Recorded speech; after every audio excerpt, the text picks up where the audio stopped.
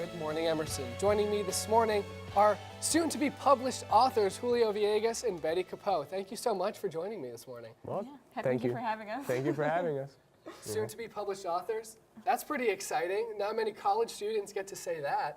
Yeah, no, I mean, Emerson's Publishing Club publishes 2 a semester, but it's really an honor to have gotten picked this time, especially because his was so good and I was afraid I would not get picked. So you were the 2 chosen by Emerson's Publishing Club. So I'll start with you, Julio. Tell us a little bit about your book. I know it's sort of a mix of different stories and poems. Yeah, Memories of an Old World. Yeah, it's a collection of 20 poems that deal with, you know, the Latin American identity and experiences before, during, and after the Spanish conquests, right? And I wanted to challenge myself when writing the work. So as I found out by, you know, a mutual friend of ours, Kevin, he had informed me that the manuscript actually was the first ever bilingual work to be published by the Pub Club.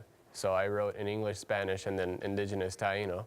Because if it's a work that deals with the Latin American identity, it'd be counterintuitive to not write lines in Spanish, to not write lines in the indigenous language, and it's without translations too. So Now that must be such an honor for you to be the first to have a book like that published. it's wild. It's wild. Like, if you want me to be honest, it's like, because I had a short time frame to write it, so I didn't necessarily expect it to be considered. 2 days. He wrote it in 2 days. I wrote the poems in 2 days. Yeah, so I didn't expect it to, you know, be selected for the top 4 and then narrowed down, you know, with Betty's manuscript to be put into publication in this semester. So it is. I am proud of that, you know. That's so great. Now over to you, Betty. You also have a published book. Tell us about what yours is. It's a book of short stories of surrealist fiction, all featuring a female lead. So the first story, I actually adapted it, because I'm a BMA major too. So I adapted it into a screenplay and actually won the Blue Cat Screenplay short award for it. And it's one of my favorite things I've ever done for John Papernick, his fiction class, about a girl who just starts to literally fall apart one day. Her arms start to fall off and she just can't do anything with it and she has to sew herself back together. So they just kind of explore women who start out not together and then through a series of kind of grotesque events eventually come out better at the end and more independent.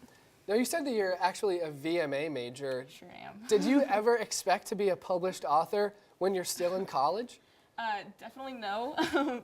My roommate did this a few semesters ago, and she's such a good writer, and I just kind of submitted it on a whim. I didn't really expect, I didn't tell anyone because I was embarrassed about it, and then I am very happy and very surprised that I got picked, and I'm just so glad because, you know, what I want to do is screenwriting, and the fact that I got to have this little dream of, you know, having a book published, accomplished so early is a real honor.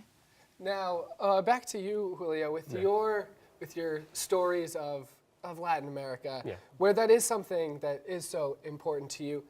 How great is that to actually have that published and to share with the people that you care about? It's amazing, honestly, because as I was writing it, there were some lines that I was writing in some poems where, I'll be honest, I was legitimately in pain, and I didn't expect to be when I was writing it, you know, but I was like, wow, I'm really undertaking this, trying to tell a story, you know, from my understanding of the history of Latin America. But when I was writing this, I was also like, this is sort of a dedication to those that raised me, to my grandparents. They were born and raised in Cuba. They, you know, gone through the revolution and all that excitement. So it's very, you know, I can't find a word for it. You know, it's like I'm happy because the work is dedicated to them. It's dedicated to my grandparents. So to know that this, you know, became manifest, it's very, that's what it is. Yeah. That must be a very great feeling. Now, Thank you. Julio said that he wrote his in just 2 days. What was the writing process like for you, Betty? I'm gonna say maybe 2 years, 2.5 years. I really only write fiction when I'm in a fiction class, so I think I started the second semester of my sophomore year, and every story I've ever written since then, I entered into this contest. So a little more difficult or just longer. It sounds like that was a lot of work.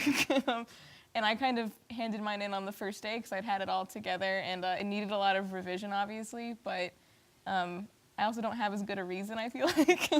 Mine was just kind of centered on women and not as much on the diversity of like, because I'm just, little white girl. I don't have as much to do, but yeah, I don't know. It was really a sort of difficult process in the end. That's great. So when will these be published before we have to let you go? December 12th in the Bordy Theater at 7 p.m. At 7 p.m. That's awesome. Well, I look forward to that, and I definitely want to get a copy as soon as they're published. Thank you so much for being here.